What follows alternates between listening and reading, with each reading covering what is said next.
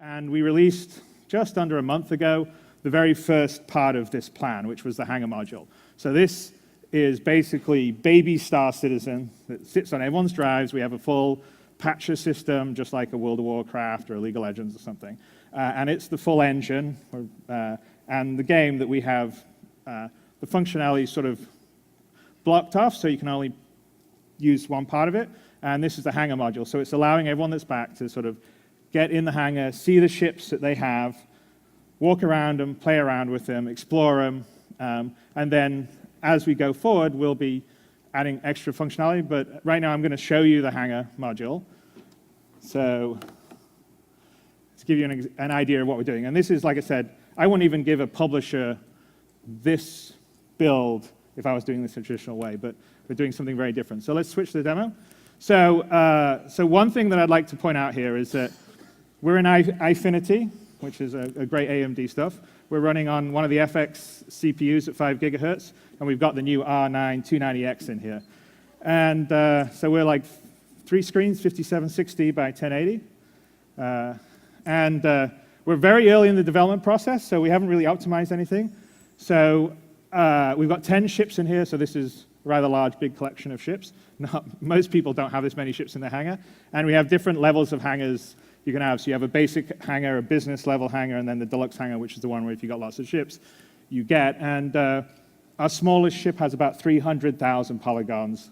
Our biggest ship, which is a Constellation, which is here on the left, is about 1.5 million polygons. So I think at the key at our widest angle, which is probably kind of around about here, maybe if I go to the angle, we're rendering about 18 million polys a frame. And obviously it's fairly smooth. And so here's our character. And so I'm just going to go over and we're going to take a look at the different ships. Let's just run over here quickly. So this is the 300i, which is sort of the mid-level ship, and you can sort of see my scale next to it. And you know, part of the idea of this is almost like having a car in your garage, and you can sit down and I'll climb into it.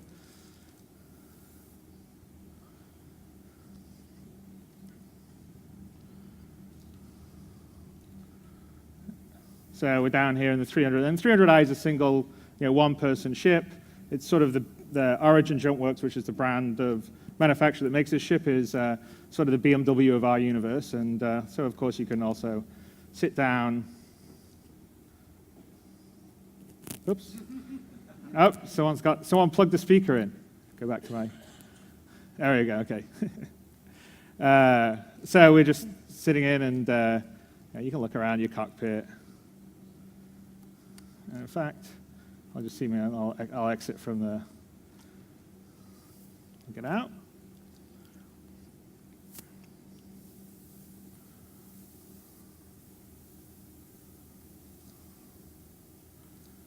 Okay, so let me jump out of here. What is someone doing? What are the headphones doing? All right. Okay, so we'll walk over here. And over here is the smallest of the ships you can actually back for or have. It's where if you're starting at the base level of the game, you do, which is the Aurora, which is relatively, if you look at my scale next to it, smaller than the 300i we're in. But it's actually pretty cool itself, and we'll just jump inside that really quickly, show a few features. And we're early stages at the moment. Obviously, there's you're flying around in space, a whole bunch of other stuff. But the idea is that every spaceship has its own unique feel. You can do lots of things, and of course, we can do the same, just getting into the cockpit.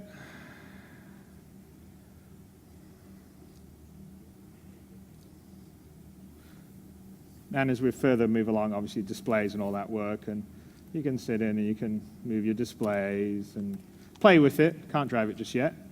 And there's other functionality that happens in all our ships. So this is our smallest ship, but if you're on a long-haul flight and you're in autopilot, well, you certainly could get into your hypersleep bed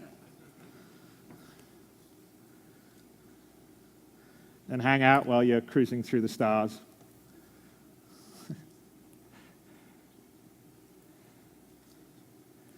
There you go. But as I'm now doing a demo, let's get back out and show some other features.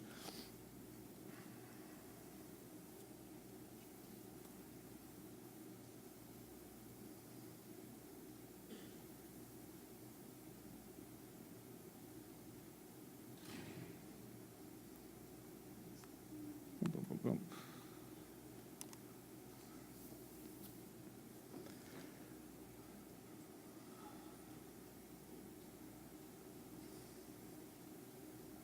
All right, so I'm going to go over here. So we've got quite a few ships in this hangar, and the other thing that we can do is we can sort of change around equipment on our ships, and this is another pretty cool feature, which is the holo table, and it sort of allows us to see all the ships we have in our hangar. So these are the various ships we have, and I'm going to select the Hornet, which is sort of the single-seater dogfighter. And I want to change out, we're going to change out one of the weapons, probably the weapon on the right wing. So let's do the Omnisky 6 cannon. So we're looking, we can see it on the side. And this is actually kind of the nice thing about eye affinity, is you can get the full peripheral vision. So we're going to drop that down onto the wing. And if I sort of, you can see this is, fully, and if this was on the Rift or this was in stereoscopic, that's all, beautiful 3D, which is kind of fun. It's very sort of Iron Man HUD-ish. So we'll turn that off. And the Hornet's a little bit over, so I'm going to run over here because in the very biggest hangar, you have a couple extra things like we have a buggy. Buggies are always good.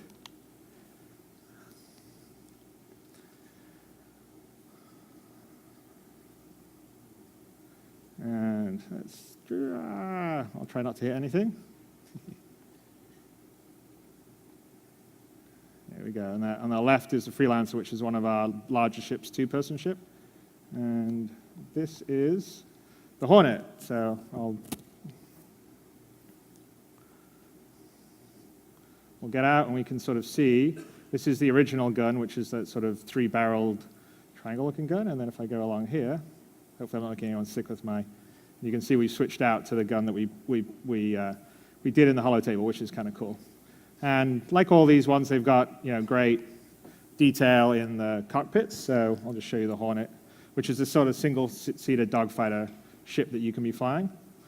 And in the final game, like all the displays, everything works, animates. When you turn things on and off, you'll actually be switching the switches. It's all about immersion. So if any of you remember the old Wing Commander, it was definitely about sitting in. You could see your hand on the joystick and your feet in the cockpit. But we're going to get out, and we're going to run over to the Constellation, which is the big four-person ship, so you can sort of get a sense of the scale and like more things that happen inside that because it's a much bigger ship. And it's actually one of the cool features of Star Citizen is that there are ships that are built for co-op play where multi people can play them. So one person can be flying, another person can be running around in the manning turrets, and I'll show you when we get there.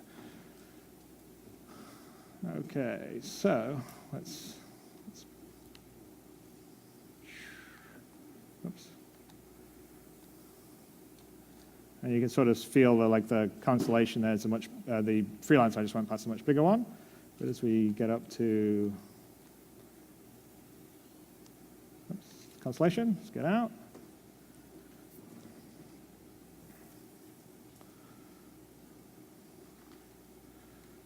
And so if you sort of see my scale next to the Constellation, this is one of the biggest ships you can fly, you can definitely feel the difference between this and the Aurora, which is a small ship.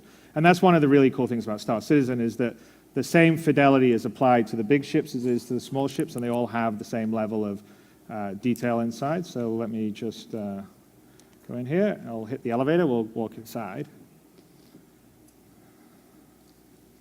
Okay, so back here that's the sort of command center.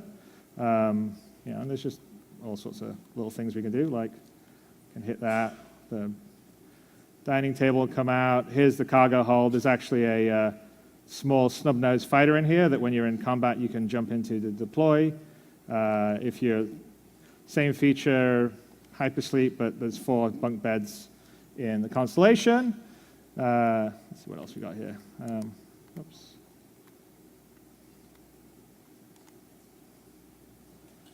There's even a shower. Or there's even a toilet, which you can sit on. But there you go.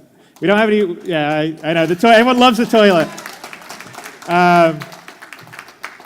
So we don't have any reading material, so I think we're going to go back up to the front. So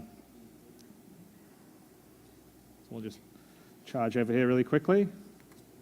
And as usual, there's, boom, here we go. The captain's chair, so if you want to be flying it, you can get into it, which is kind of fun.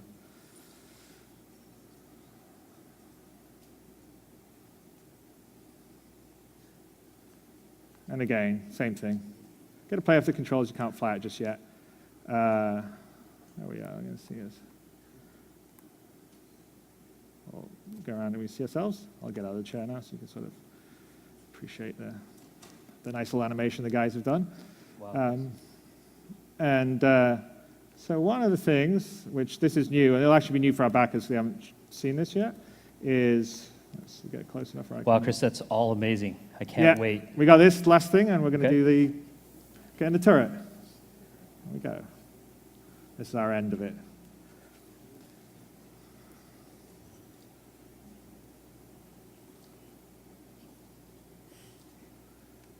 There you go. We get in the turret, and so you can see us in the turret.